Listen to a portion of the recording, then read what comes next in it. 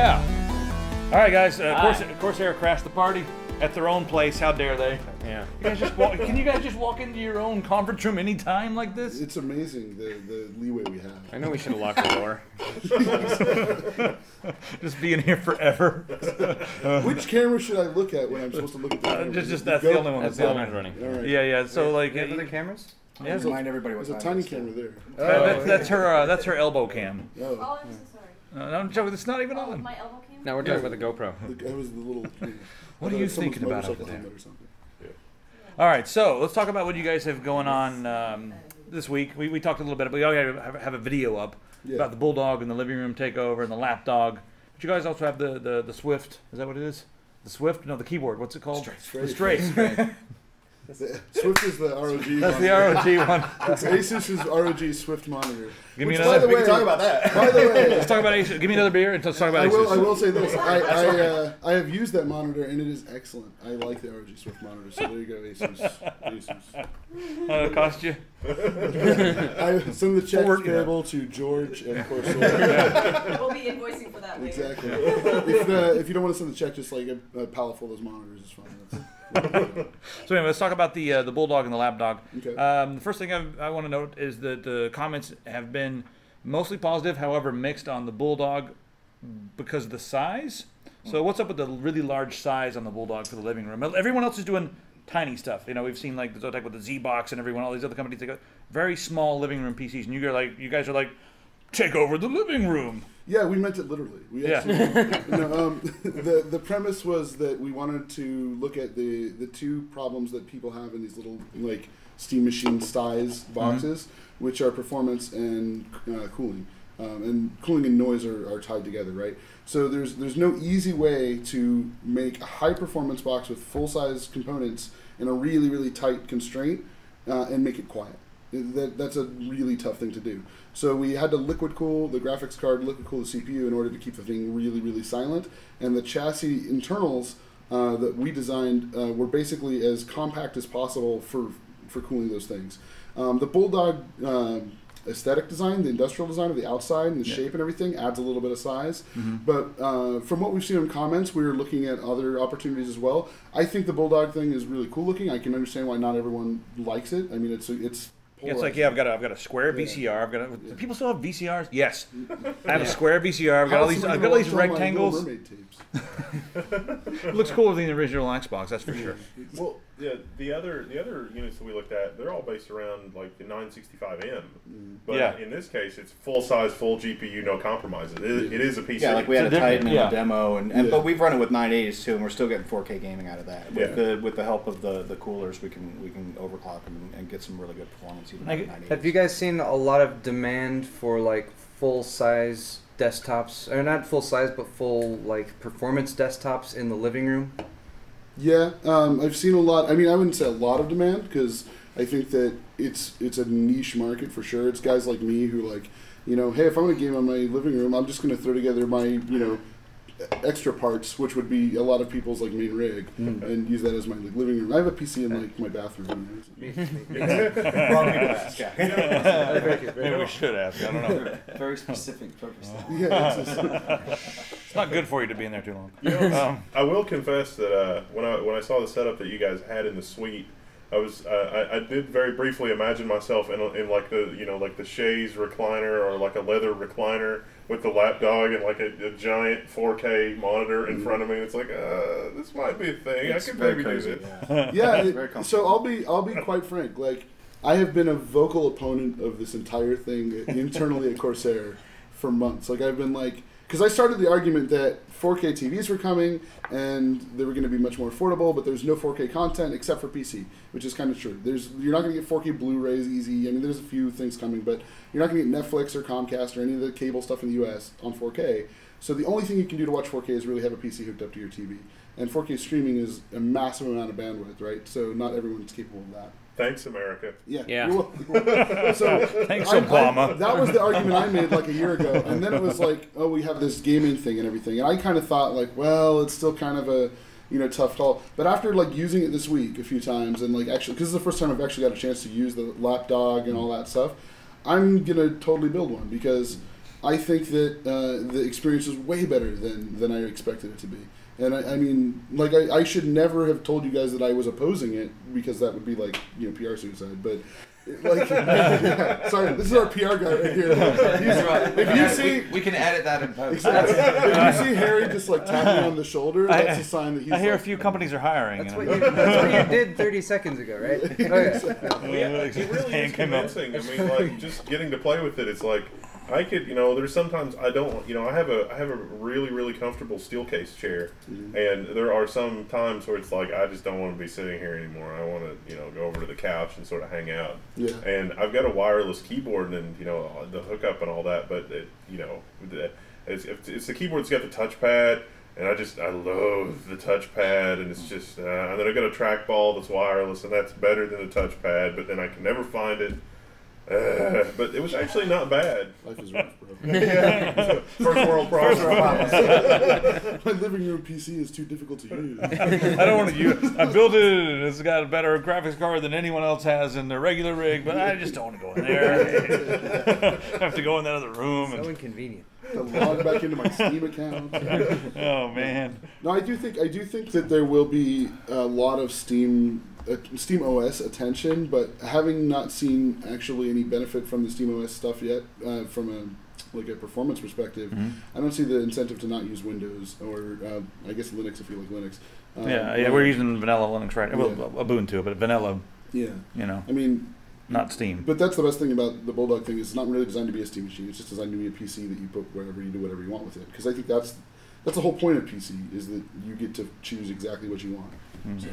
And I think anyone complaining about the size of the Bulldog, like, I just would remind them that there's a water-cooled GPU and a water-cooled CPU. Right. Yeah. You take that top panel off, you can't make it any smaller. It's it's very. There's the power supply, then there's the cooler, then there's the card. Well, I mean, then the case ends. You got a lot of people complaining who want a small rig, so go get a small rig. Yeah, right. It just won't be as powerful. That's the beauty. It's the beauty of choice.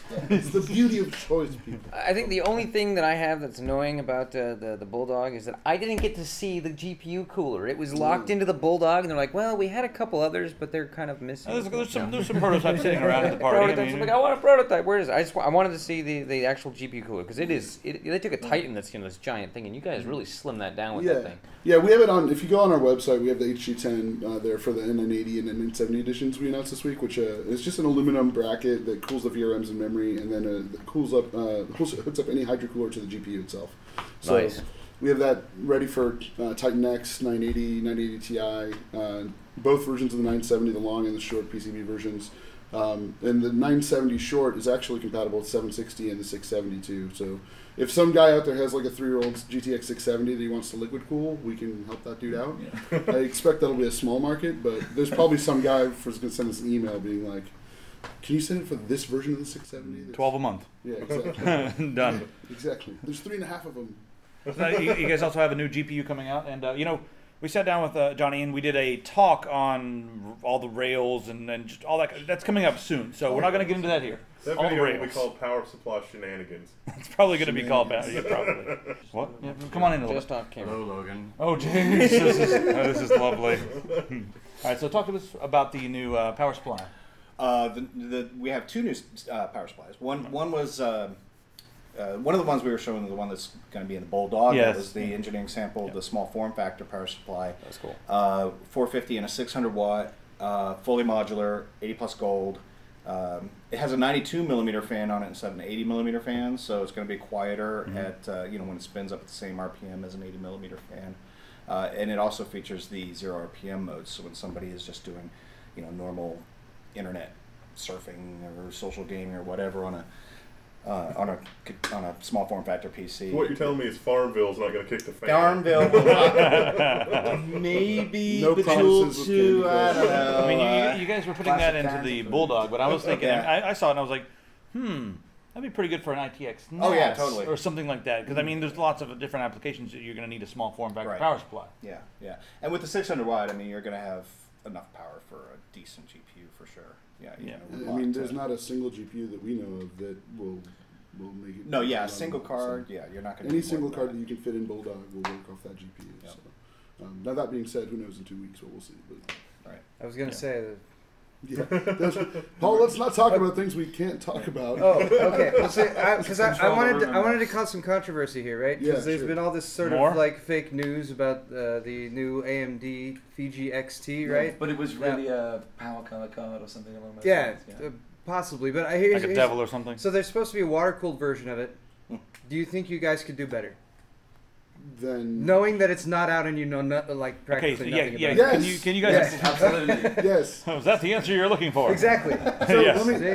What's the the answer. answer? That Corsair's throwing question. down the gauntlet. That question, whether we can do better, is the answer is of course yes. If you had unlimited time, resources, and engineering capability, anyone could do better, right? So yes, it can. You can do better. The question is, will we?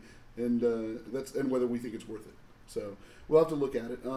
I don't foresee us making a liquid cooler that would make someone replace the liquid cooler on their GPU. That would be Especially because if by better it's going to be like a degree or two, Yeah. and no one's going to like go spend $100 for a degree. Like, I mean, not You'd be many surprised. people. Yeah, well, Yeah, not many okay. people. Wait a minute. Some of you have, and thank you. There's a lot of guys Because- out there that have this complex where they have to have the best, even if it's like 200% more for the extra 1% Yeah, of performance. They got to have it. it's So because it's in the SIG file. If they didn't have a SIG file, in the forum. So would you? that's why we don't have SIG files. Yeah. We're hurting Please the. add those. It helps us. We are hurting the industry. If every industry if every forum like banned SIG files, like our sales would plummet because I think that like a large How can I percentage, show off? a large percentage of our sales are based on people going, oh yes, I have the AX1500i. Yes. We have this hover You'll click notice thing it in where my you, SIG file. where you click on someone's avatar and it brings up a little pop up of all their stuff, but that requires work, you know. Yeah, it's effort. Yeah. You know, it's Life is hard. Does anyone want Pringles? No, I'm driving. Okay, so here's There's a good delay on that one. So it's like a joke grenade. Yeah. here's George, one other possibility I want to throw at you. So would you rule out you guys, say, coordinating with an add-in board partner to create a special version water-cooled with Corsair water cooling, Just like we did with MSI. just like and you've done with Unity, MSI, yes. that Yeah, no one knows absolutely. about. That no one knows about. There's obviously the big opportunity would be to do like to go to NVIDIA and AMD and say, hey, look, let us just work with you guys on the reference water cool designs and NVIDIA is right down the street from us in the Bay Area, and AMD is not unreachable now that we have this wild internet thing that we can use.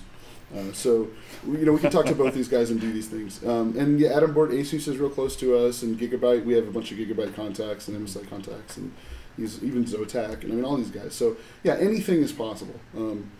I just like the idea that we're getting to the point where it took a long time to get people comfortable with water cooling their CPU because a lot of people are still like terrified, leaks, and then everything I love is burned and gone. But we've done a good job, I think, of assuaging that fear. So I think the next step is, water cooling a GPU, and can you get people comfortable with that? And I think it is a little bit more complex because just the installation procedure is more difficult because you have to take like 75,000 screws out of your heatsink to get it off your GPU. But it's actually only like half the number of screws to reassemble it. So it's much easier to install our cooler than it is to take off the reference one, quite honestly. It can be true for many things in life. And the nice thing about the cooler is that it's built for the card, and it takes into account the VREGs and all that stuff. And that's not something we've seen really so far. I mean, we've seen a couple of mounts, I guess, that have a spot for a fan, but this is sort of a more elaborate setup from what I can tell. No, that's why it's custom, like you said, for each card. Like, so we think of it like full cover water blocks for guys who did the DIY water cooling systems with the big, like, the rigid acrylic tubes and all that stuff. Those guys buy full cover blocks because they cover the VRMs, they cover the VRAM, and you need to do that if you're going to actually keep your card running the way it's supposed to be running. Airflow is not enough. The power density of a voltage regulation VRM is massive because they're tiny little devices that can put out 1 or 2 watts or whatever, and they're like almost impossible to see from me with my terrible vision. So like the heat that they produce is massive. You can't just blow air and hope it works. It doesn't work. So. Okay. All right, one more question. You guys get a chance to see anything on the show floor, like look around or anything like that? Any of you guys? I saw most of the stuff. A little bit. I didn't go to the show floor, but I saw most of the stuff online, a bunch of different sites and channels and stuff like that. So I've seen some interesting stuff. Anything that kind of wowed you, or you thought anything unexpected, or was it pretty much just like, oh yeah, we've gone another year and upgraded a little bit? I actually have a question. Gigabyte won an award for a selfie stand. Did you guys see that? No. But I have a philosophical quandary, which is it a selfie if you're not holding the camera? Did the camera take the photo without you? No, it's got a push button remote. I think But that it's a selfie stand, so you put your camera down. I think that as long and as then you just kind of stand back. Is it a selfie anymore? I think that I don't think that's a selfie. if you're taking a picture of yourself, it's a selfie. Even back in the day when you used to like a tripod, like a and- tripod with a timer on the. or sometimes you have people doing like artwork where they're like, I'm the artist, I put it on a thing and I go get in the pose or whatever. That's an elaborate See, selfie. from the technical definition, I think I agree. But the thing is like selfie has come to mean like you have to see like that horrible arm, like that is the selfie, right? Like, Yeah. So if you don't see that, if it's like, okay, here's me at I don't know, Yosemite or something, and I took it from 100 yards off, it still may technically count as a selfie. I But it's think- like there's a guy who had a selfie drone at CES, and I thought that doesn't count as a selfie. I think it's a forever alone. Yeah. So it's I'm no so longer sad. it's no longer a I bought- selfie. It's a forever alone. I bought a selfie You guys didn't hear what stand. Jennifer said over there. Forever alone. I think that the main thing that makes a selfie may not be the arm. It's the narcissism of pointing a camera at yourself over and over, thinking that anyone else out there in the world actually gives a shit what you're doing at that given point in time. You just That's why. described my job, by the way. Since the guy who has his own YouTube channel. I remember when I first started, someone from the UK got on there, and in the very UK style, whatever he said, he was like, when I first saw you, I thought you were a big, some foul word, and then because you were just like, I thought it took, some major balls to sit on the internet and talk to a camera and think anyone would care. And then I watched and I was like, oh, cool, you guys are all right. Now I'm a member of your forum. And I was like, thanks. Well, it's kind of interesting because, like, to take this industry thing, like, Howard Stern has got a radio show he started, like, 40 years ago or whatever it is, 35 years ago, that everyone told him was a terrible idea. Like, nobody wants to listen to someone talk for 3 or 4 hours during, like, drive time commute. They want music. They want to listen to other stuff.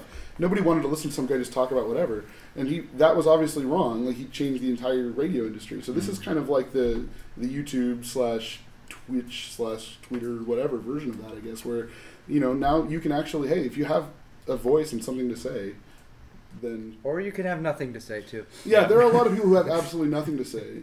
Yeah. I've watched, like, Twitch streams of guys opening CSGO cases for an hour, and I was confused by it. I didn't watch the whole thing, but I was like... It was who's on and you were watching doing this? stuff. Well, no, someone clicked and was like, oh, there's a CSGO video, check this out. And I was like, thinking, okay, maybe it's a technique or tactics video. No, it's just a guy opening 150 cases live on Twitch. And I was like... And it's not like, oh, this happened once. This is frequent. This guy does this like every week. Did you watch the whole thing? No, I watched like 5 minutes of it to make sure I wasn't missing something. Like maybe he does like a weird dance or something. Did you click forward to like 3/4 of the Yeah, way and through to make it's sure literally it's the nothing. same stuff? Like how you can do it shows you the like highlight of what's going to happen at that moment. Like and it was nothing. It was all the same exact frame. It was, I get more greens, I get more purple. yeah, See, exactly. the thing is, like, a lot of us, we're doing stuff. You're traveling. We're working on stuff. You guys are working on projects. You have things to do. Yeah, But there are a lot of people out there who have less to do than that guy. yeah. And so that is the highlight of their lives. And they're following him and living, his life. So- What's the word? Just the edge of the table. With the scratching, would you watch someone That's to true. scratch off 100 scratch Yeah, cards? sure. That's a good example. Like if We're I gonna started have a a bump lottery here in a minute, channel guys. yeah. Oh. That Cheers. was professionally done. This And beer is. if anybody says anything about the scratch in the wood, you can say Johnny said it was on. It's fine. It's fine. I have left an indelible mark on Corsair headquarters. It's all fine. This stuff grows on trees. You Man's would not say that. generate by the morning. Oh, this stuff. Why? No. It's Taiwan beer, man. Where's it from? You can drink a liter and not No feel one it. knows. It's a Made in mystery. China. Hey, that's better than the stuff I had in Beijing, called Beijing beer or whatever it was. They're clever naming. Yeah. Beer companies out here. All right. Do you guys want to talk about thermal take? I mean, not really a big topic or anything, just a little bit of controversy. No one really cares, right? I don't know what you're talking Nothing. This is a bit where it starts happening. All right, so about. This is where Harry's gonna be like. like, yeah, shut up. We're here with Corsair, who has nothing to do with this. Nope. And They're just part Let of me the reiterate, industry. we had nothing to do with this. I just want At to all. know. I'm going to ask them a question. It's going to be a tough question right now. So, Thermal Take they're taking some heat right now. They made a case that looks almost just like a Case Labs case on the outside. I saw the case on the inside, it looks different on the inside.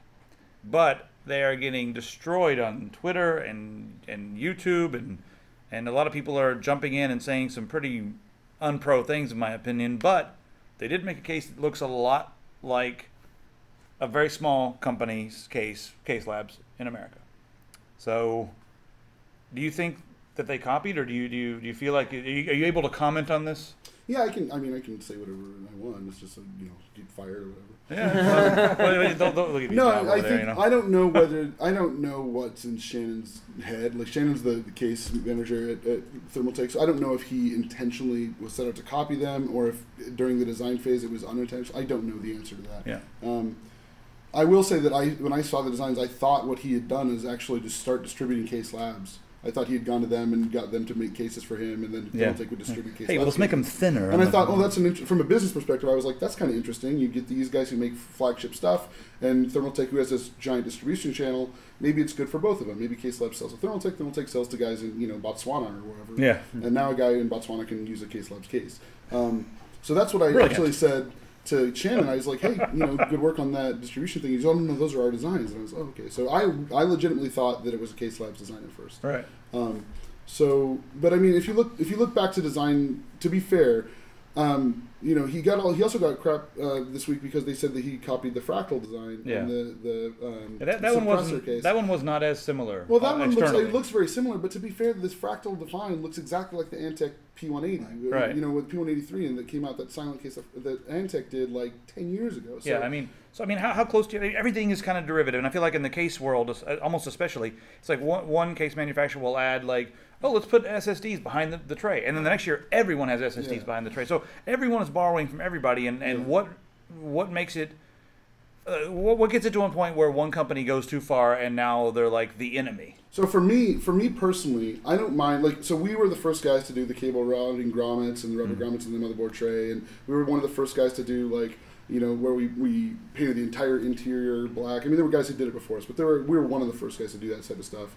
And we went through the whole concept of every Corsair case should be easy and fun to build in because we want you to spend more time gaming and less time building, But that was the premise of the chassis. And so everyone has done that now. And they're cable routing grommets in $30 cases from companies I've never heard of. So I'm kind of flattered by that they're taking features.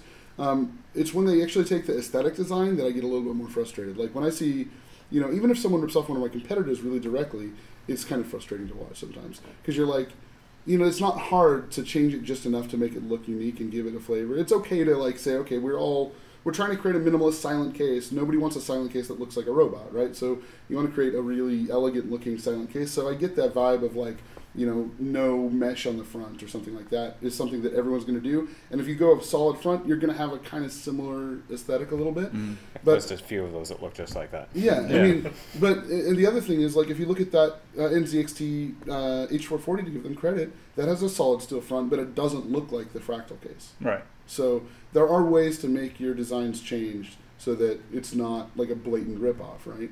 And I don't know. I haven't seen the Thermaltake cases in person, but in those photos they did look a lot like the Case Lab stuff. Yeah, in person they look a lot like it. When you open it up and you feel the materials, you can tell it's not the same thing. I mean, especially on the inside, it's totally different on the inside. The Case Labs is almost like a big open area. It's like a playground. Do whatever you want. The Thermaltake's more like your traditional case on the inside. So they mostly borrowed from the external, from my point of view, when I saw it. But I don't know. I mean, we should save the rest for our own little special video. I mean, you can get into it. I just want to chime in. I am not this giant case fanatic, so I don't have 100 cases. I don't go and microscope. You're mostly doing networking. Cases. I do a lot of networking and back end stuff, and when you look at a rack server, they all look the same because they're rack servers.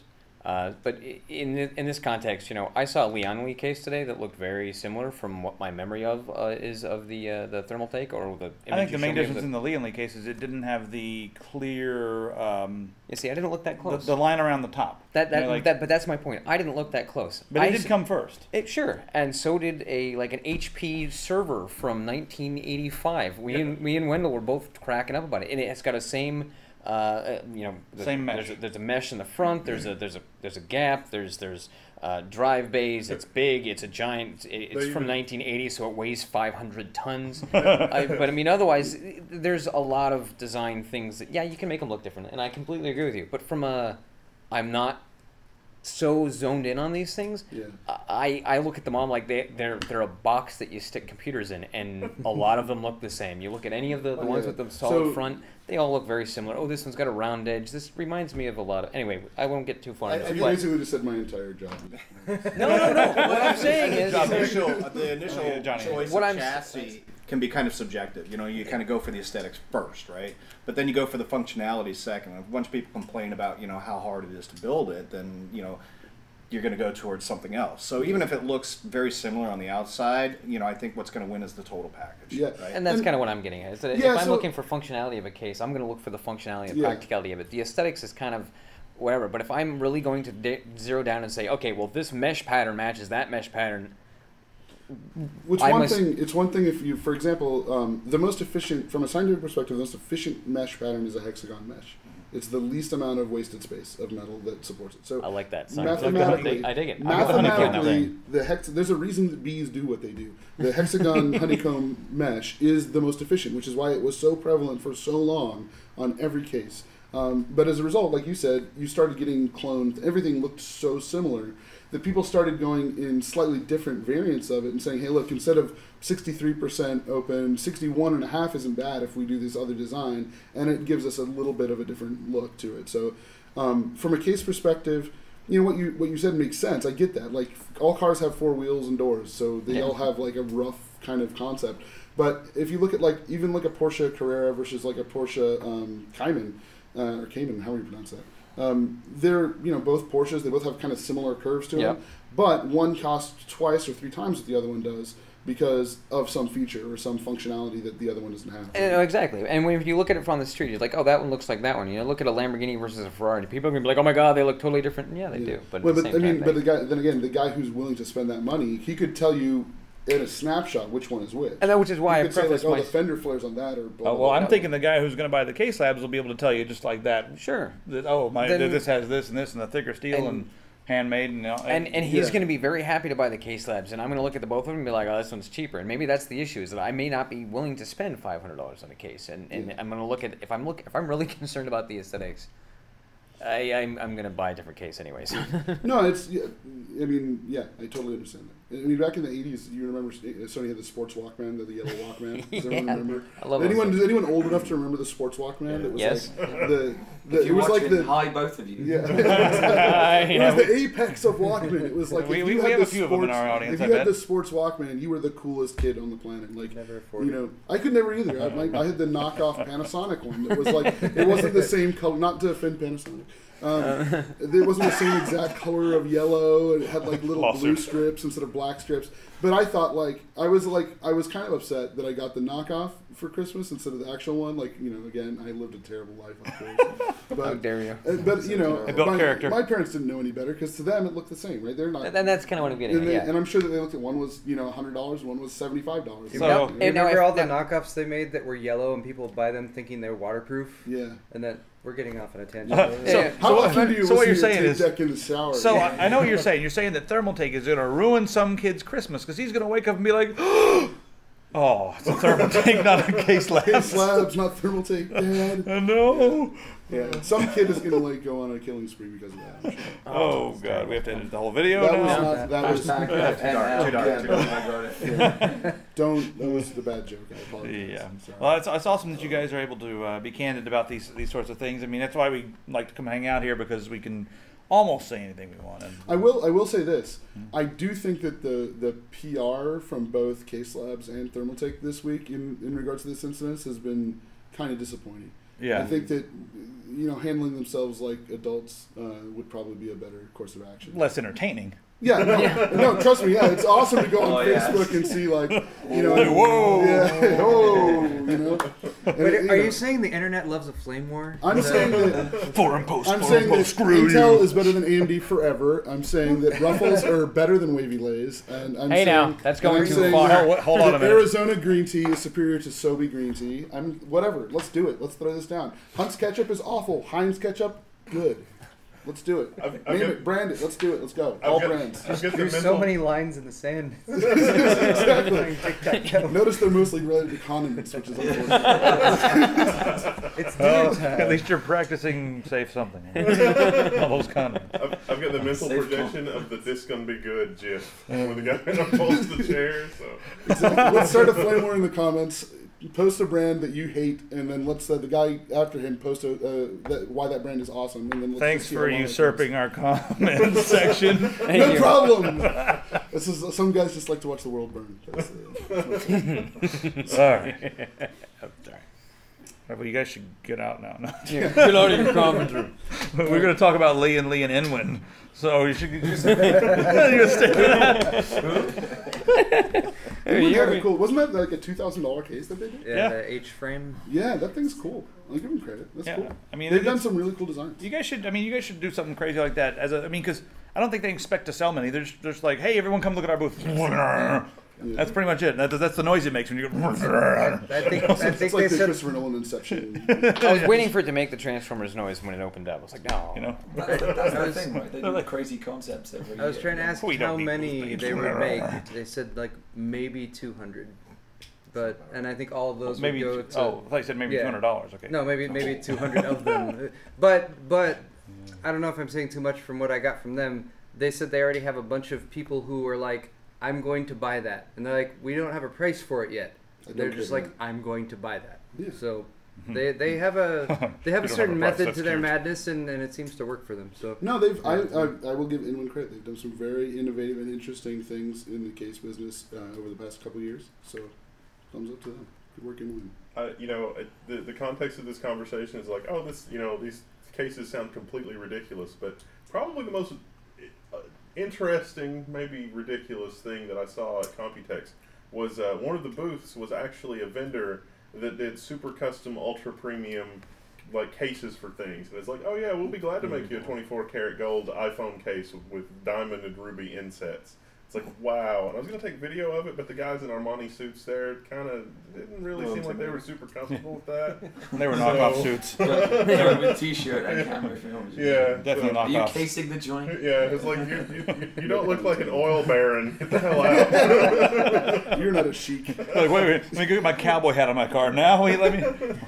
You said the gold iPhone case with like rubies and lead. I was like, Yeah, that's I like mean, Jamie Lannister's no, iPhone case. no, they I like had that. they had stuff behind glass, and it was like $8,000, Yeah. $12,000, and it was like, wow. What's that company that makes those like exorbitantly expensive cell phones? Virtu or something? Yeah, Isn't it? Virtue. They make like $30,000 cell phones that run on like Symbian OS or something. wasn't there something recently about because there's the iWatch. Wait, what's it called? Huh? The Apple Watch. The Apple Watch that it's plated in gold and costs 17 grand or It's not something like plated. that. It's made from. It's Made from gold and it's 10 grand. But there were some people who took it and they're like, hey, we can you can buy the basic one and then we can gold plate it and for like thousands of dollars cheaper. And Well, yeah, because you can, but then you don't actually have. So the difference is again whether you have the actual product or the knockoff that looks kind of like it. I would say the difference is if you can tell the difference. Well, Which one but turns you your would arm know green? the difference. Well, but would you know the difference? It doesn't matter what I know. It matters what you know. And if you're So- comfortable wearing the knockoff, then by all means purchase it. You're trying to but- go the personal integrity route here. No. I'm going. No. I'm going. This is the foundation that all marketing nonsense is built on. That's true. Which is that you're selling the nonsense about marketing is you sell the brand and how someone feels about it, right? So if you're only buying the watch, for example, because you want to say something to other people, then sure, buy the knockoff. I've got an anecdote for you right now. So I talked to a program. I'm making this up. Talked to a programmer in Seattle. It's an anecdote, and I'm making it up, but it's a fact on the internet. It's a Benedict. Yeah, it's definitely 100% truth. Everything here is real. Okay, so I met a programmer in Seattle, right, at the fancy car dealership, and he was talking about, he was getting a new car because he bought this $100,000 watch, which was more than his house at the time, and his wife got really angry with him, and he's like, listen, I bought the knockoff for like, $1,000, and, most CEOs were able to tell that it was a knockoff because of one or two little things, like the hexagons were in the wrong pattern, and they just, there was they could tell it was a zirconia, not a diamond. So he got the real thing, and started going to meetings, and his business improved about 1,000%. So there is a level. This is terrible. So this is one of the most depressing facts. But it's true. But it's true. There is a level. You just said you made it up. No, it's true. That's Okay, true. so that is. There is. I did make it I've up, actually but- seen this conversation happen since I work in the Bay Area, and that kind of thing happens a lot. That's- I've actually seen people have a discussion about somebody after they left the room about whether he was wearing the actual shoes or the knockoff shoes. Yeah. And it was like you could tell they were the knockoffs because the lace tie is wrong. And I was sitting there thinking, like, I don't know anything about shoes, right? Yeah. I'm wearing flip flops right now. You can't see it, but I am. Yeah. And it's one Think of those about things. Like this guy was, I'm like, these are $800 Italian leather shoes, and some guy bought some knockoff in China. And these guys were talking about it after he left the room. It happens a lot, and it's They're kind talking about that more than his credentials and more than his exactly, abilities. and because it says something about the character of the guy. You know, Yeah. had he come in non-exotic shoes, just regular run-of-the-mill, I don't know, Rockports or something, or Skechers or something, they probably would have never mentioned it. But the fact that he wanted to buy something that was made to look like something more expensive, it says something about the character of that guy, right? To them, it does. I don't think it's fair, but I think it happens. That's the way the world works. You get used to it. On a slightly related note, I tried to wear flip-flops to the convention center today, and they almost didn't let me in. For flip-flops? Yes, they were like, you Do can't they wear know it's like flip-flops. 1,000,000 degrees outside? Yes, And I 100% and I wore humidity? them all day yesterday, but then today I went there, like, you can't come in. I was They like, flip-flopped I on you. need to go and Oh.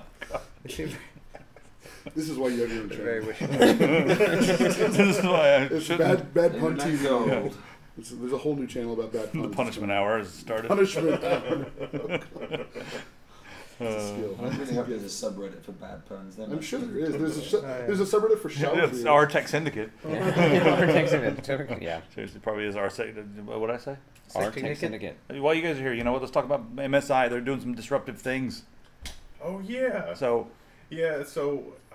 There was a lot of cool. Okay, so a big theme this year at Computex was the Internet of Things, and networking everything, and everything needs Ethernet access. It's like, oh, we've got a blinking LED. Let's give it a MAC address. Oh, we've got an RF. Let's give it an IP. Yeah. MAC addresses for all. And everything.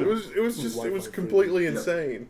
But so it turns out that MSI apparently has been OEMing networking gear. It's really just it's PC hardware, but it's multi transceiver Ethernet setups for very large companies. So I gather, without revealing too much details, what I could piece together on my own and from public knowledge is that large companies like Fortune 500s for a while now have been basically doing their own custom hardware. We know that from other news that we've reported, that Google and Facebook and companies like that are not really buying very much Cisco and Juniper gear for their core networks. Obviously there's some there, but the big thing that we look at is the Time Warner CEO says we're going to spend, if we were to upgrade our networking infrastructure, we would be spending $30 billion on hardware alone to upgrade America. Meanwhile, Google's obviously not spending that much money to roll out Google Fiber. They've got a lot of custom equipment. So MSI had some really interesting equipment in that same vein. It was networking gear that was modularized. So they basically sort of rerouted how the PCI Express slots are inside the case.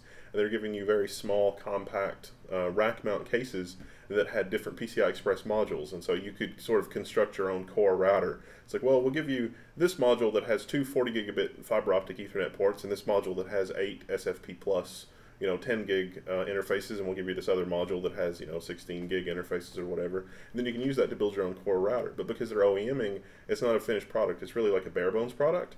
But the customers that are buying that are basically running Linux on that, and so now we're talking about networking hardware that actually runs on Linux. And so Linux is probably going to start attacking the core businesses of Cisco and Juniper, which really enjoy huge margins right now. So the networking field is going to get really interesting over the next couple of years. You combine that with the Internet of Things and the takeover, and you've got all this hardware for managing the gateway of the Internet of Things, and you've got wireless protocols, and it's like this is a wireless networking protocol, and then we have a bridge from this XB wireless networking protocol that's like a low power thing to wireless Ethernet or wired Ethernet or whatever. Even Intel was in on the game. The Intel booth had setups for manufacturing and manufacturing integration and the Internet of Things on the manufacturing floor. And the Internet of Things on the manufacturing floor is a whole different critter, because the Internet of Things, the machinery is running things that could actually kill somebody.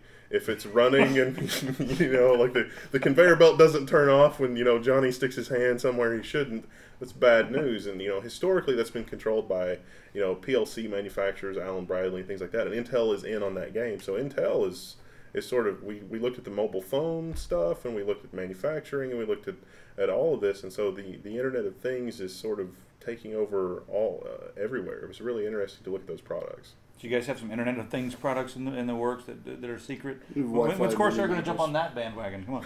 We have Wi-Fi memory modules now. You can. No, I made that up. But it's all true here. Well, see, Everything here is true. We already established that. we saw some memory modules that it was a DDR4 sticks of RAM that had awesome. an equivalent capacity in flash with a capacitor backup. And so, like, let's say that there was a power outage. When the server came back on, the software could boot up and look at what was in RAM that had been stored on the flash drive during the power outage, and so it could restore the operating system up to the point of the power outage. I'd be curious to see how fast it could get the RAM to the flash backup, because it's not. That would either be really, really slow RAM or some There kind were a of built-in. lot of capacitors. Yeah, there's a massive there was amount of a lot. capacity. It was- There was Yeah. a lot. The guy said it was about 30 seconds per gigabyte of transfer, I think is what he said, and it's like 8 gigs on those sticks. And so you're looking at 4 minutes of battery life, capacitive battery life. Yeah. Good God. Yeah, I've never seen that many. We're And- talking fair It's not ads. a And- thing. and- It's yeah. like a backpack the guy to wear around the server. What was really interesting is they had 2 different modules. One was for a single card, and they had another one that was for a dual card, and you just load them right in there, and it plugs right into the PCI Express. It's a bus, very so- cool idea, but the question of the practicality is still Well, I'm not sure about server power failure. I don't actually see that as being the market for the product, and I'm kind of surprised the guy didn't mention it. I think checkpointing for operating system crashes, like you've got a microkernel and you're doing like hardware debugging of like a microkernel, that is a much better situation because the kernel crashes and you're trying to do the end system, the end circuit debugging, and that's not always the same. But being able to pull a dump of memory from the moment it crashed sort of out of band of the system, that would be huge for debugging. That would also be huge for software reverse engineering. I mean, if you're talking about having to reverse engineer some crazy thing and you've got this kind of RAM, you could literally halt the system at any instruction and then be able to pull something from RAM. That would be great for government institutions and, 3-letter agencies and that sort of thing. Yeah. 3-letter agencies. Do you mean the Gap? That's exactly what we're talking We've been dying for this technology. It's to make better capris. She almost lost her gearing, Siobhan. Wish we had another camera just over there for the reaction. have enough of that, you'll pull up a chair. These aren't just any capris. They're Said have enough of space that, you can capris. pull up a Space chair. capris. These are the capris designed by technology. There were a lot of wearables. I mean, there was some company that had a glove that had a touchpad on the back of it. Like That the was power Bluetooth. glove? Yeah. Well, they had the fingers cut off, and they had one of the models in it, and it was Why wouldn't you have the fingers cut off? Because flip the table over. like you put it on, and it was just a touchpad on the back, and there's like a little battery pack thing. And it was like, look, you can pair it with your phone, and then you've got a mouse, and it's like, great. Because you want to look tough. That's what I wanted. Just what I wanted. Straight through the. Well, I got something else we can talk about while these guys are here. Bloody. You know Bloody? The brand. You guys know Bloody? They're Oh, British they're brand? huge. British? They're a massive competitor. Bloody hell. They make keyboards. You guys should be scared. Bloody. Yeah, actually, no. Yeah. They make mice and keyboards, right? They're gaming mice and keyboards. Okay. They just developed a new switch that is a bit interesting. It's not cherry or anything like that. It's got it felt like a soft red switch, and what they've done is they create each individual switch had an infrared LED, Infrared. tiny little infrared thing, and when you press the switch down, it interrupts the infrared signal or the light. It interrupts it, and that's the actuation. So there's no So actual. It doesn't actuate by pushing a membrane or smacking a PCB or anything like Isn't that. the point of a mechanical switch that you actually have a mechanical feedback? Well, there was a spring inside. There was a spring. So when you press it down, the spring was applying resistance, and it was a linear switch. There was no bump. But I don't even think we can actually call them mechanical switches at this point, but at the same They're time, like they an feel, optical switch. Yeah, it's it like is, an and optical. it they feels were, like a yeah. mechanical switch. Yeah. It felt like a softer version of Reds, and then the like a mouse 35-gram red. and the mouse clickers, like the actual mouse buttons, those were also the same thing, and they have like a little breakout of the diagram, and it was kind of interesting how it worked because it reminded me of the movement wheels from mice from the 80s. It was the same principle, but it was for hitting the buttons. Yeah, it was Did they explain the benefit of infrared, or is it Speed. just like to get Speed. around? Oh, speed. Okay. Yeah, they had like some tests set up with a Cherry MX Red where you could like they had this like little bar between the two and you could press the bar and it would hit two keys on the both keyboards at the same time, and they had some software up showing which key was pressed and how much faster it was. like a hundredth or a few hundredths of a second. It was like 10 milliseconds ahead. Yeah. Yeah, usually 10 to 15 milliseconds ahead doing And the. Yeah, it was You pretty just sit there crazy. and press it. But that's a convincing argument for a gamer, yeah, I will say. it was too soft. The switches were too soft for me. I'll believe it when I see it on an oscilloscope. Yeah, my problem was like they set this test up here and they had the center point marked and you had to touch it right there. If you touched it, a millimeter off of the center point, it wouldn't work. It would favor Because one over the other. it would. yeah. So Well, I'm it was like- because you'd hit one key faster than the other, so it was designed that you hit both of them at the same time, and then the system would tell you which key was received So I and which didn't- one came in first. I was like, they were like, look how much faster. I was like, I didn't bring my measuring stick. And they're like, well, no, you just press the button. I was like, no, I can't measure this. I'm sorry. I was like, we'll look at this later, but I require the That's rod of interesting. measuring. So I'm Yes. so the reason I don't know these guys is because they don't compete in my zone, right? I'm not the keyboard. right. So, Where's Jason? Jason Call is him. probably with his girlfriend. That's it. But What? his girlfriend's from Taipei, so They have those? anyway. White men are allowed to have Girlfriends you. are Yeah. And here we are on a Friday night. at the Corsair conference room. You guys are our girlfriends. Yeah. What was that about Forever Alone? You never. We'll take some later. But no, that sounds interesting. I'd like Yeah. to see that tag. It feels like with the infrared being the actuation that they could kind of get around a lot of the existing patents and kind of make the feel of the key press like whatever they wanted, Yeah. maybe. Like oats. It feels like oats. It felt like oats to me.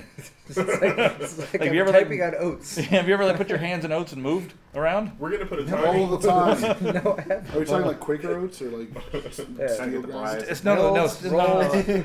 steel cut oats. Yeah, like cut none of that, like no, the stuff you had to put in the fridge overnight. Yeah, Oh, okay. You have to be dedicated for those Yeah. kind of oats. I have a bathtub full of it. Accidentally Just invented ready. Skynet. Ready whenever. That's why I have such soft How do we skin. get there? You ever done an oatmeal bath? It's great. Really? Yeah, that's why I have soft skin. Check it out.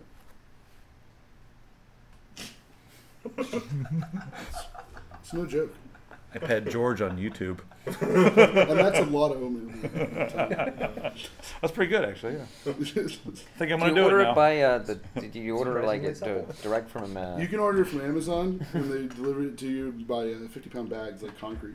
We'll put our affiliate link in the description for you guys. Corsair PMs are well known to have the softest skin of any phone company PM. I don't know how many sales this is going to result in 50-pound bags of oats. On So yeah, Amazon. someone's on Amazon right now going, wait a minute. You guys are hold on. You're ruining my marketing strategy. Yeah, put the affiliate link down Just click it. I don't care if you buy baby food or whatever. I get credit for it. there. I'll also recommended for you. One big ass spoon. Meanwhile, back at the conference room. What All were we right, talking so about? back on topic, we were discussing you guys just stay here. We've only got 2 more topics left. Yeah, pretty much. By God. Let's see what else is left. No, we got a couple more. Every device on the planet is now the first to offer USB 3.1 Yes. Yeah, support. that was the other thing. in every Jesus. motherboard, we are like we walk up and like every time we got there, it was like, oh, where's everyone else? Oh, they're at lunch, so I can't. The language barrier. But the one thing that they were able to say, they trained in front of a mirror for weeks. We are the first motherboard manufacturer to offer USB 3.1 and four. Type A and C. Yes. We got this from, or at least I got it from Asus, Gigabyte, MSI, and ASRock. I did not go to any other major motherboard manufacturers, We went but to the, every single one. We got went the to the Apollo electronics board. OEMs, and it was like every electronics OEM was like, we are the first USB 3.1 memory device. We are the first USB 3.1 charger. We are the first USB 3.1 whatever the hell. So was there like a USB 3.1 NDA or embargo, and as soon as that hit, everone was first? Yeah, I think That's so. gotta be what it is. Everyone They should've- exactly they at should've 12:01 said, released nobody their beat us. Like nobody's faster. No one than is us. lost. No, because nobody was faster if everyone does it at the same time. Everybody showed up. Everyone got a medal. Exactly. This And the probably real winner is you, the consumer. That's what USB 3.1 is. It's 6th grade softball. Well, that is something that a lot of people have wondered on the forum is, will USB 3.1 actually take off, or is it going to be another one of those things like FireWire, where it's like, well, it's kind of a thing, but not Okay, really. now Apple to be still fair on uses that- FireWire on some devices. No, 800. Apple used FireWire right up until they went to Thunderbolt, and if you got a MacBook Pro, you still had a FireWire connector on the side, which worked really great when you needed to clone one of those damn things. But no, FireWire has been very much on an industrial side, movie making, all that kind of jazz, and never on the consumer market, especially not with PCs. It just never took off. Okay, Thunderbolt, right? the latest iteration of Thunderbolt, still faster than USB 3.1, but USB 3.1 is the future. Yeah. Wendell, tell them why. Thunderbolt, it turns out, the same problem that FireWire has. It's a PCI bus interface, basically. It's a form of PCI bus interface. It means you've got direct access to the system memory. And so there's this thing called DMA, direct memory access. And when you have direct memory access, you can have a malicious piece of hardware that takes over the machine. USB doesn't really suffer from that problem. There has to be sort of a handshake and some other stuff. Apple Thunderbolt implements sort of a thing that's designed to try to prevent that, but at least in Thunderbolt 10 gigabit, there were some bugs in the implementation of that in hardware. And so there exists hardware that you can plug into at least first-gen Thunderbolt and basically do a memory dump of a running Mac. And let's say you're running encryption or something like that. That's really bad news. This is a problem with FireWire that was never fixed. And this is something that's, to my knowledge, has not been fixed with Thunderbolt either. But USB 3 doesn't really suffer from this problem because it's a different interface. It's not a direct PCI bus interface. It's just a fast interface. So, just on that note, they never fixed this with FireWire, so all of the Macs out there that still have the FireWire plugged in, you can still do this too. Yes. All right, go. You get a chance to pitch your USB 3.1 devices coming up. We don't have any. Oh, no. Why not? We're the first to not have it. We're the first to not have USB 3.1 devices. No 3.1. You heard it here first. They're just like, In fact, we're going back to USB 2. 3.1's a thing? We're bringing it old school. Our case is when I have serial port. Yeah, exactly. No, it's Internet of Things. You're gonna have an RS-232 Ethernet interface on the power supply, the headphones, everything. You can ping your headphones. Actually, Put an IP on the power supply. We can do Wait this. so long. Give it a Mac. Give it a Mac. Could we at least get can we get a rant from Corsair about why there's no freaking finalized USB 3.1 header for the motherboards yet? It's just the 3.0 header was so I hate the motherboard header for USB 3.0. That 20-pin connector. I broke one last month. The giant overmold that is like 30 times bigger than it needs to be, and there's only one guy in the world who makes it, and he owns a patent. It's such a nightmarish connector. So I'm hoping to God that, or whoever, that they create a USB 3.1 motherboard header that is much, much better and smaller, with a 90-degree angle. Yeah. So please, USB 3.1 guys out there who are in charge of these things, please get rid of that stupid 20-pin header. I do have a really interesting thing that ASRock had when I went by there today. Because they had these motherboards and they had SATA Express on it, and I was like, give me your honest opinion, is SATA Express going to be a thing? Because there's no drives for it at this point. And they pulled out a front panel, like a 5 1/4 inch bay. I think it was just a prototype with a USB 3.1 Type C and Type A connector on it, routed back to a SATA Express connector. And I was like, oh, that's actually somewhat useful. Like, you don't if you want front panels, you can route it straight to the motherboard. You don't have to do a pass-through or something. I mean, maybe it's an in-between, but I was expecting them to be like, yeah, there's really not much SATA Express stuff coming out, but he was like, well, we have this. I was like, oh, okay, that's an interesting sort of...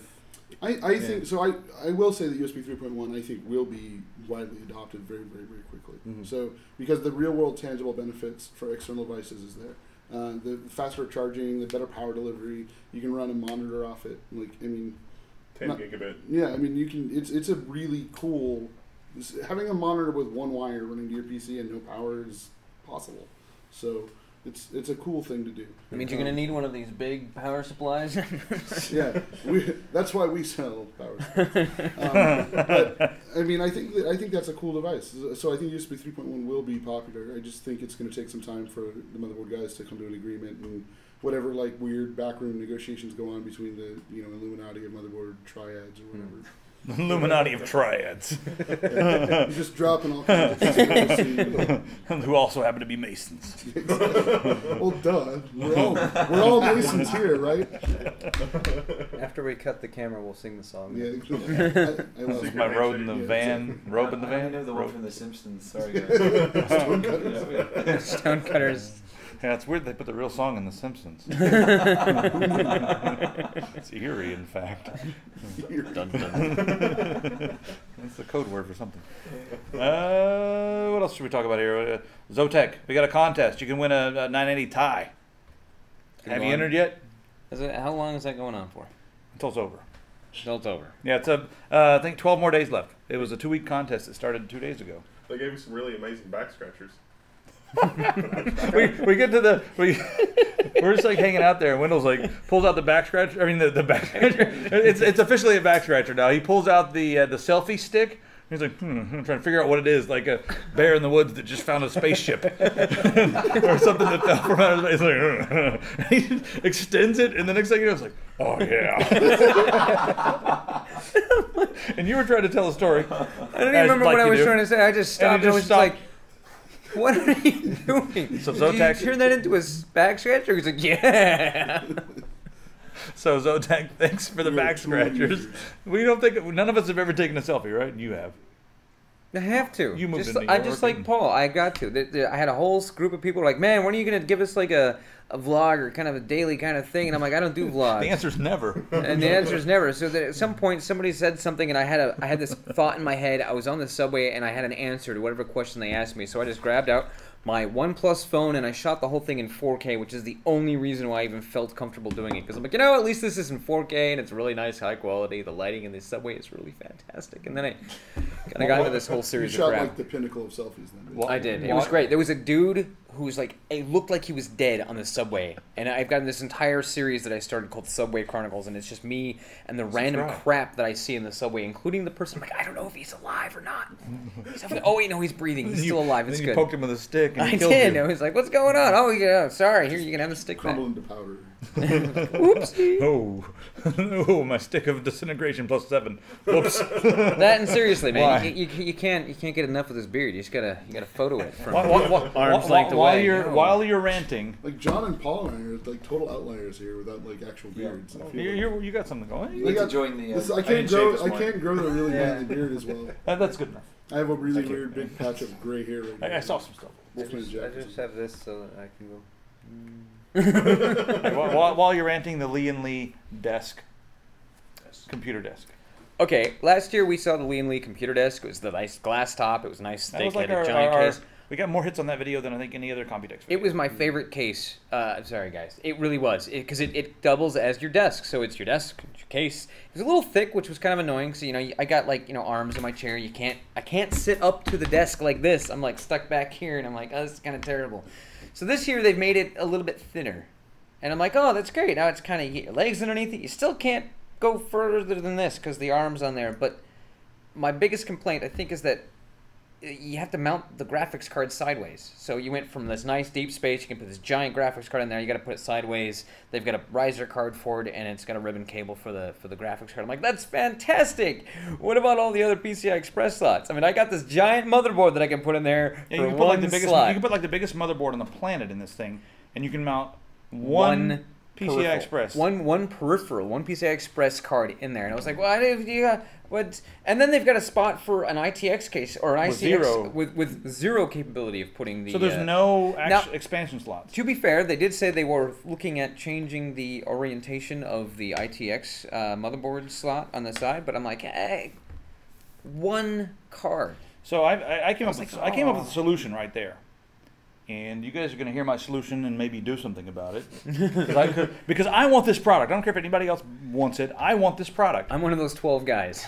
I don't care if the desk is extra thick as long as you can fit stuff in there, but I don't want to sit at a desk that's too thick because my knees are going to slam into it. What I want is a desk that has the motorized legs because standing is good for your back.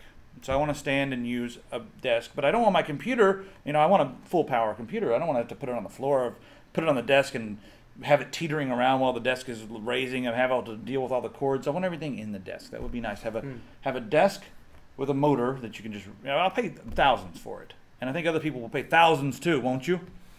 How many thousands? What are we talking We're here? talking here. Let's get some trying hard now, numbers on now this. I'm trying. Now that I saw that and I had that light bulb went off, I'm like, I want someone to build this because I've been wanting a desk that I could stand at for a while. That's been my new thing. I've been looking at legs, always looking at legs for desks. And the Microsoft they got rid of a whole bunch of their really nice things like that. I bought a steel case chair from a guy who bought all of Microsoft stuff because now they're getting like IKEA chairs and hurting people's backs and in Seattle and then the guy's like, hey, I bought all of Microsoft's, sit-stand desk legs, so you've got all motors. So I was like, oh, I could put it on mine, but then I have to deal with my stupid computer. Where's that going to go?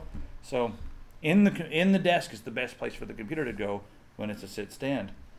Yeah. And if someone makes that, Noted. if someone makes that, Computex 2016. You're here to hear first. Actually, that would actually solve the issue with the extra thick desk from last year. Is that if you did put it on risers and you could stand up and it would just come up with you, or you hit a button and you raise it up and you could adjust the level and have presets. I used to sit at the trader's desk in my office in New York. what did he do? Did he kill the boss? Yeah, I did. We got rid of him real quick. You got his desk. We got his desk. Yeah. Anyways, Still got a it stereo. would rise up, and it was one of those moments where you're like, wow, this is actually really great. It's where you can just stand up randomly throughout the day because you got an idea, you want to stand up and walk around, but you can't sit, and you get hunched over, and suddenly you're like, I'm gonna die at my desk. It's a good thing. Stand-up desks are awesome. That's Yes. my end of that. Yeah. You don't have a desk treadmill? Like the treadmill that... I can't focus while I'm on a treadmill. All I can think is about how much I don't want to be on the treadmill. I can't tried even one of those read. once, but you can't, you gotta walk really slow, otherwise you're just too, you've got the shakes You're not of the you're not mouse. doing 4 miles an hour. Yeah, so You like the fine motor control. it's kind of a zombie shuffle. I mean, you can do the zombie shuffle. That's how you are on a but, treadmill anyway, though. It makes you feel like you're on one of those hamster wheels. Or I don't know how people can read on one of those things. I try, maybe if I read, I'll use the device, a treadmill or elliptical thing, and you get a headache in 2 seconds. I'm like, no, I can't You'd read. have to figure out how to get the entire treadmill to move up and down with your walking speed, so you're kind of at a flat plane and it just keeps going, and then you could work perfectly. That's kind of like an elliptical train. You just need active suspension. No, because that thing you'd still kind of get I this still, weird. still bob a little bit. Yeah, on there. You still get this that'll kind of. work. What? Active suspension on a treadmill. I think. Well, we could approximate that though. I mean, this is it. All right, let's kick. Computex 2016. Again. This is the gyro-located treadmill that just kind of maintains eye level. Well, they do have that zero gravity treadmills where you're submersed from the waist down. It's like a water thing, and so your legs are actually moving, but your upper body is completely It's still. kind of All right, I don't know so what they use it for. It's kind of like half of what happened. We to need, Luke. get we these need to ripped bring, legs and we need to flabby bring upper all body. of this together for Computex 2016. It's The like the opposite of every one of Corsair, my. wait. the Corsair submersed PC case desk that can rise and fall with the treadmill integrated And USB 3.1. and USB 3.1 for the With first the new connector. The first, The first. By First the- ever. One of those. First ever summer. Internet of Things. So then the question. It is the thing. So then the question I have is your computer water cooled? I am water cooled. Oh god. That'll be part of it. Yeah. Maybe we but- just put the whole thing in mineral oil, just submerge the whole computer Let's just in there. call it the Neapolitan Mastiff. Keep with the dog thing. That's a then. great code name. What are you working on? Neapolitan Mastiff with my Mason Illuminati It friends. sounds like a rap name. What's your MC name? Master Neapolitan. Neapolitan. All right, we have an agenda here. What's Actually, the rest of Neomass the- sounds kind of cool. What's that? Neomass. Did we talk about this? What? Which one? Intermax? Yeah. They've got a 550 watt fanless power supply, and they wouldn't let me see the insides of it. But I asked them if I could take it Digital apart. I and can pull out platinum. the screwdriver. digital platinum, they wouldn't let me see the insides of it, so I didn't say much about it. But they wouldn't let me see the insides of it, and it won an award. It won. One of their innovation What award? awards. the Computex thing. One of the Computex Design Innovation Awards. Because no one's ever done a fanless power supply. That's interesting. At least not that, Shots fired. It does have USB. I'm pretty sure it's a perpetual motion machine. It's running itself. Because USB 3.1. It creates fusion. Yeah. It's a microfusion reactor. It powers the motherboard, which then powers the USB 3.1, and then you plug it in. And the Okay, loop is to complete. To be serious though, I think the reason they got the award was because it was a 550 watt power supply With platinum. with platinum status and fanless, and I have no idea because I'm not a power supply guy. What exactly would it take So- to make that? So John's the power I've supply. got an idea. I've got an idea. I think it's actually more powerful than it really is, and they're not using all the power. That's pretty much what they tend exactly to do with fanless power supplies, so you'll pay for like a 750, 800 watt power supply that can run at a lower wattage Yeah. without a fan, like kind of all like of yours ours, that will yeah. not turn the fan on when right, you're playing. right, and then you just say this is this power supply and it runs without a fan. So. Yeah. So, for example, the RM850 or something like that will probably Let's use cost, round numbers. RM1000. Well, okay, but I'm just saying. So usually, Maths is hard on that. usually you can go fanless to like 40 to 50% of the load, sometimes up to 60% of the load of the power supply's capabilities on our product. So if you bought like, I don't know, let's say an RM850, you can run 500 watts fanless on that, pretty close to it, or really close to 500 watts fanless. So that's effectively the same kind of thing. The difference is that once you've got past 500 watts on ours, you can have that extra 350 watts if you actually need that. Or you can just run fanless on a fanless power supply that you pay almost the same for. So that's the reason fanless power supplies are really, really expensive, is because they're really overbuilt. Yeah. And I mean, I'm not sure what the price is going to be on this one. We'll have to check that out, but we'll figure it out and put it in a video sometime soon. Because whenever it comes to power supplies, I want to open them up and just at least look under the hood and be like, I have no idea what this is, and then put the lid back on and be like, good. And then I'll be like, I'll send the It's picture. all in there. Yep. I know nothing about cars, so like when I go Yeah. buy a car, like Yeah. I open the hood and I'm like, yep, there's an engine. Oh, you did the. Isn't it hilarious though when somebody breaks down and like the first thing they do, they go to the side door and they open the hood and they just look underneath. Like, I have no idea what's in Still here, there. but It's still no. there. Well, like you Still kind there. of hope, like I've done that, and I kind of hope that there'd just be like one really obvious cable that's Yeah. disconnected. Like, oh, that hose Or just Lights like, go. And then just fire. like a dead cat or Yeah. something. Or like I'll a- just remove a this. blinking reboot button, Yeah. like, oh, there we go. That'll take care of it. Oh my gosh, this leaf, man, that must be it. Just leave it. What's next? What do we miss? I think the only other Deep thing, cool. Deep cool. Yeah. Deep cool. Yeah, I have a Um, personal love for one of these cases. Just saying. Yeah, because you named it. That's right, I did. So I'm very proud of that. Yeah, I don't think we're allowed to tell them what the original name was, but I don't think it would have worked in the American market very I don't well. think so. But and you were like, And everyone's why gonna don't hate it you now call because it I said something I else named like it. this? And they were like, oh yes, and they did it. And so we got to Computex, and you named the case. I named the case. And they actually asked me to name the other one too, and I'm like, oh, I gotta dig into some Chinese history because and she has to send him a bill. And yeah.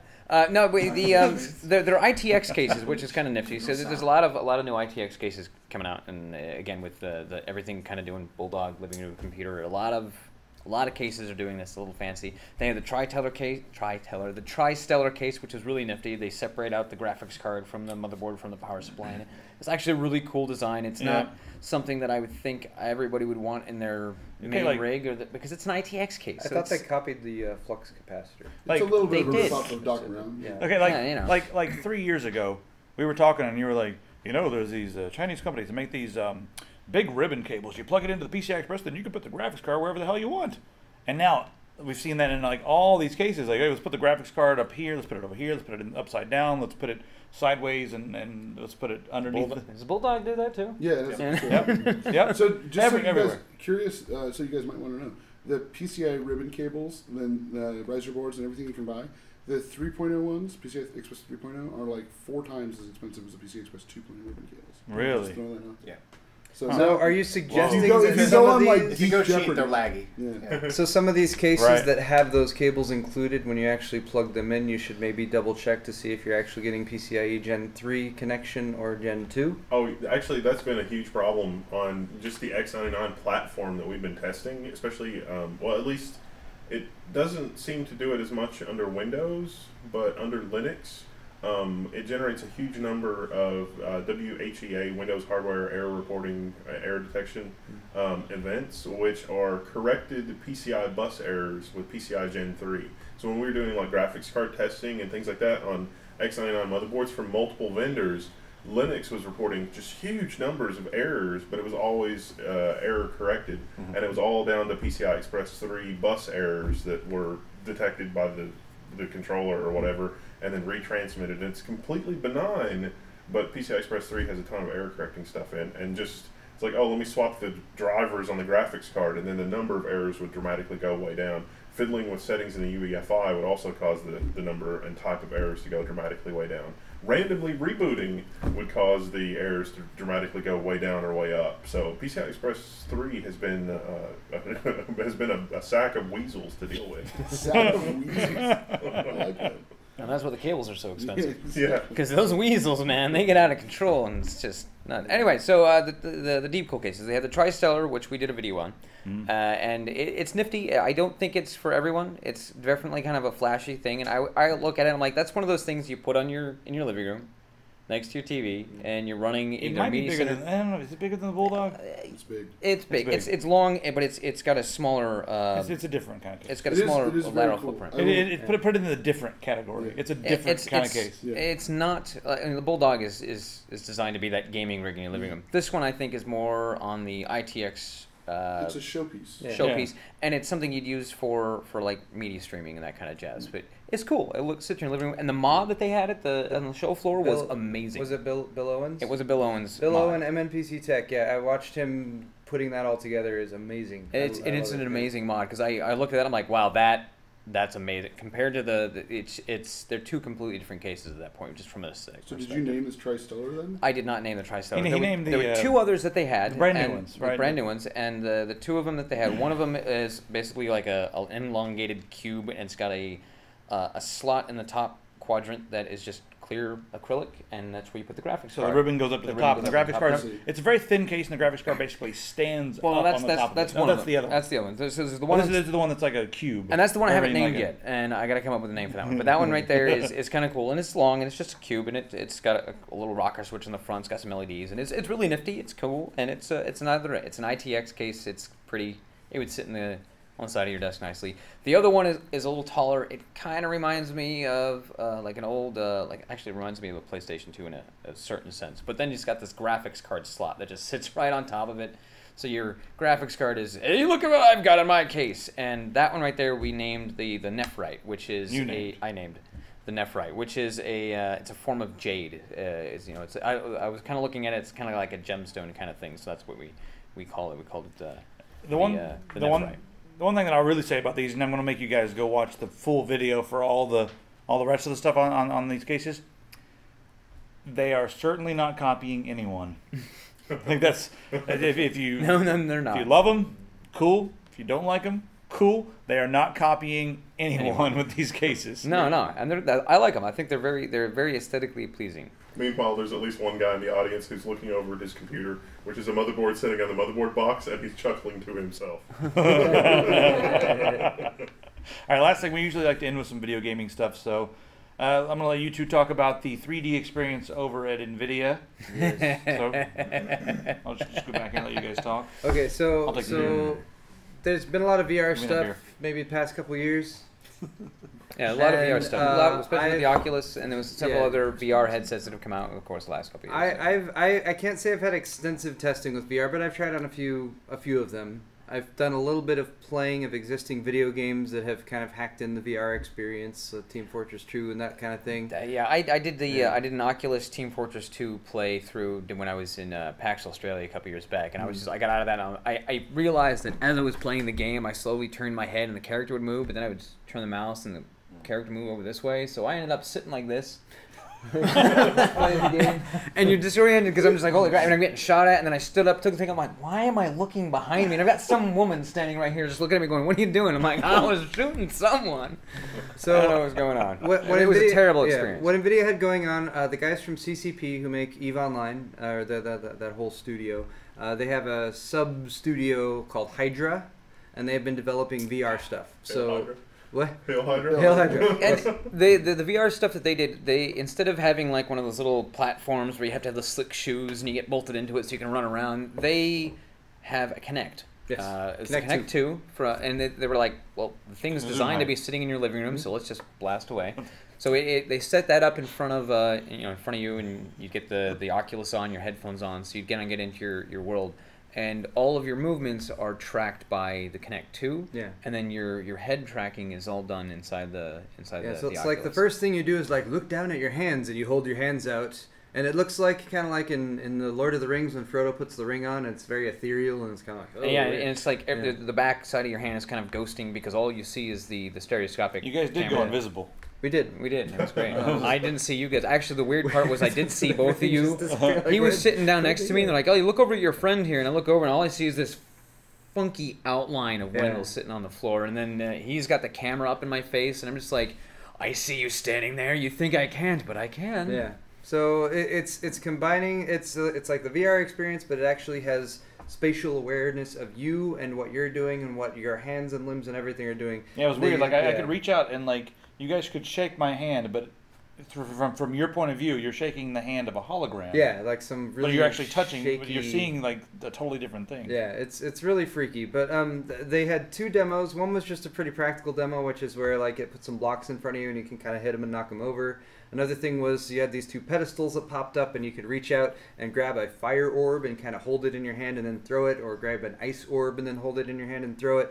Those were pretty basic. But I found the fireball yeah. to be very cumbersome in trying It to lob didn't- it because it didn't. yeah. I moved too fast for it and it couldn't pick me up because again it's dealt Yeah. with the Kinect, and I like moved too slow and then I felt like I was just like I have no muscle strength, and the Yeah. thing would drop at my feet. The physics lightning on one that, was the really lightning cool, one though. worked a little bit better. That's Felt what like that was Emperor my comment Palpatine. to them. Was I feel like the physics on the, especially the fire orbs, need a bit better. But they have an actual game, and it seems very simple. But when you're actually playing it with the Oculus Rift on and everything, you're standing on a platform in a long rectangular room. The other person is at the opposite side, so Kane was at the opposite side, and you have on your left arm you have a transparent shield that appears, so you can move that around by moving your arm It was- around. yeah.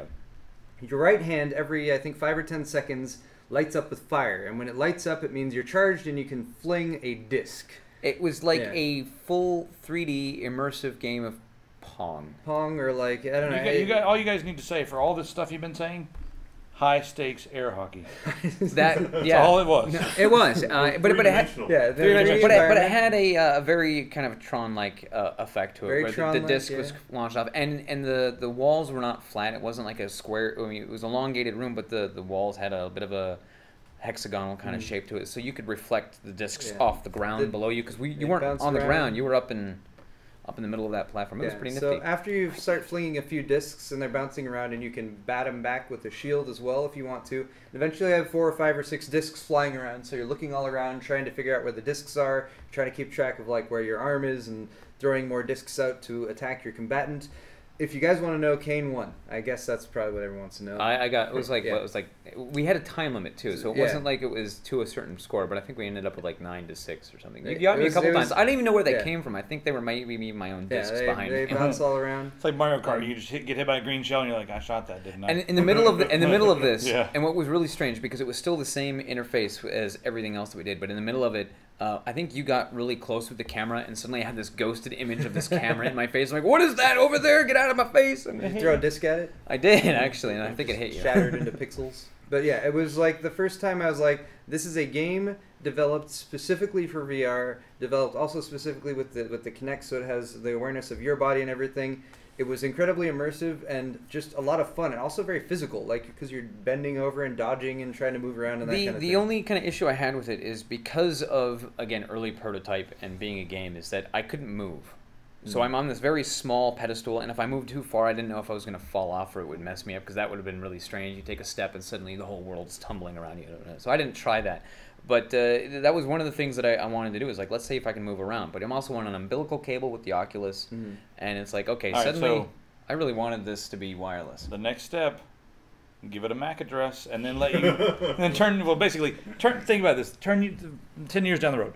You got this thing on. Turn you loose in the world, and you guys are all playing. I mean, everyone who's playing wears a pair of these glasses, and your view of reality is augmented. But And you I've can got the still see Kinect- what's going on. I've got the augmented reality head, and then I've got a Kinect 5 strapped to my chest Yeah. and my back. So everywhere I You- turn, you it's can- just picking up everything that's going on around me. It's kind of like how So- the 3D car or the I mean, the right now- auto drive cars work, right? What's that game? Ingress. You got everyone running around playing Ingress, right? So imagine that, but Oh. VR. People would go insane. More than Ingress, yes.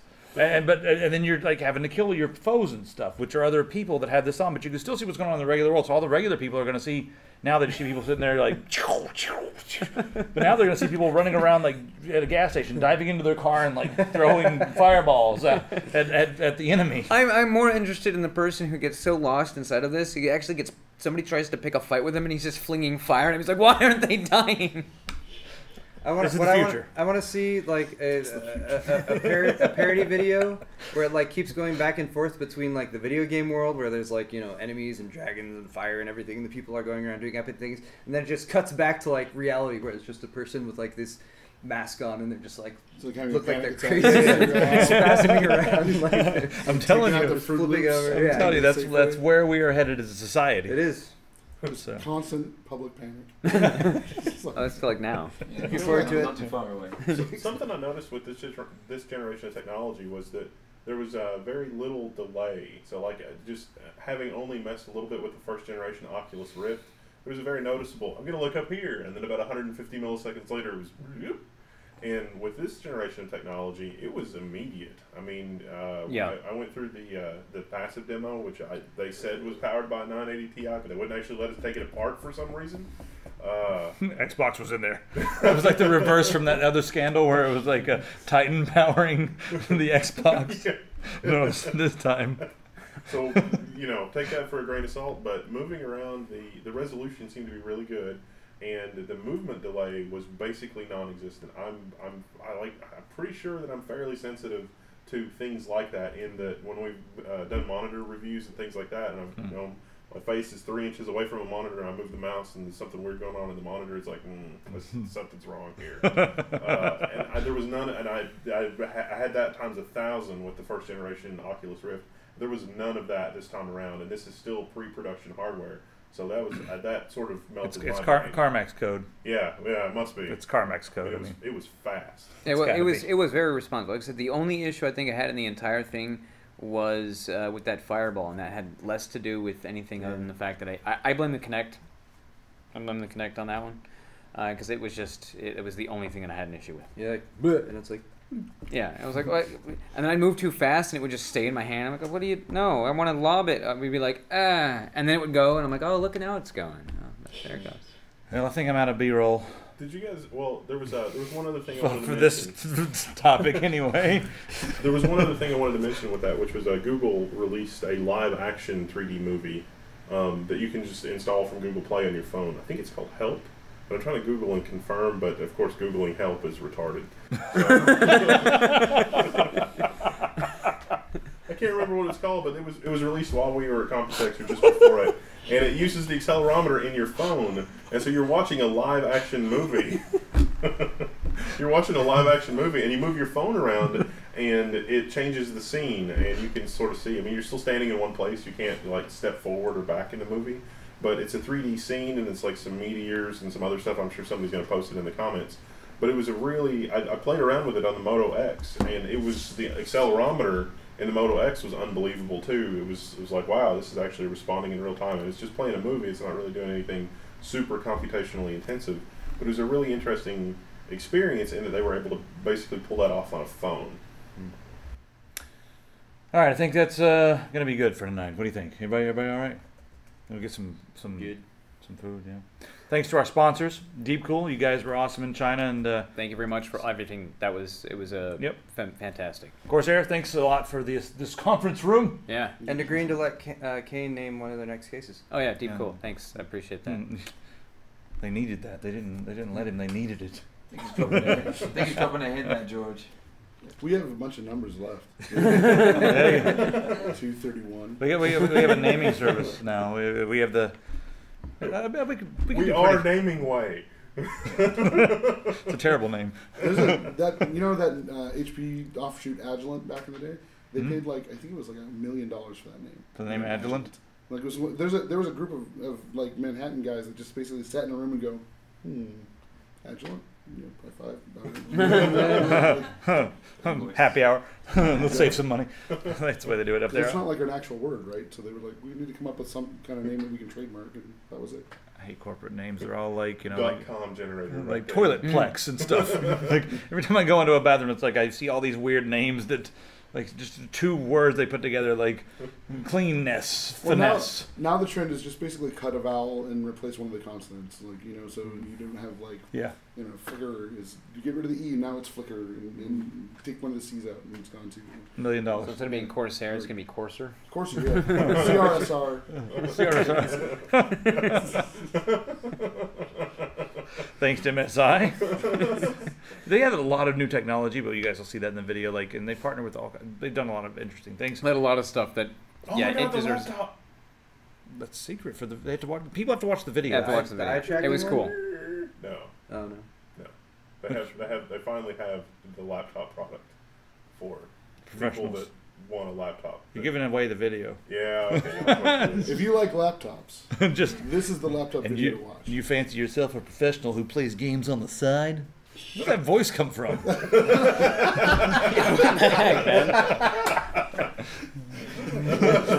About 3 bottles ago. I'm selling. Going to a Corsair product video near you. This is my new '80s infomercial I'd like voice. to thank Zotac for letting us play Mortal Kombat X on a PC. Yeah, we tweeted a picture of you guys. You tweeted the picture of me like holding the controller, like, oh no, he's on console now. No, I was playing on a Z-Box. Yeah, that wasn't a Okay, console. they hired That was some a very effective. They hired some professional gamers from Taiwan to come and play Mortal Kombat X and kick our asses, and I think everyone beat them. So either they paid them to lose so they could give away products.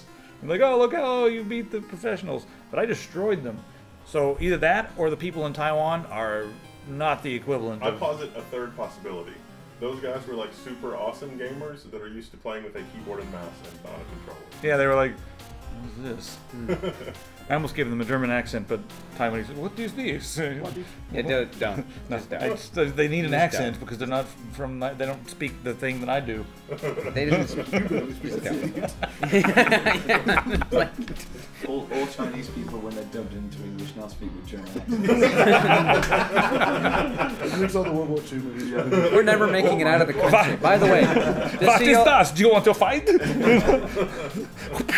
need to stop before they won't let us leave the country. Big Jackie Chan. This is way more laid back than China. It's fine, right? Right, Taiwan? Is Ryder like watching? We're in trouble. Taiwan's cool. And the last sponsor was Intermax, so thanks very much for that. Stay tuned for some coverage on all of their products as well. I don't have a funny anecdote. About anybody have an Intermax anecdote? We didn't make one this year. Well, that's the end. Bye.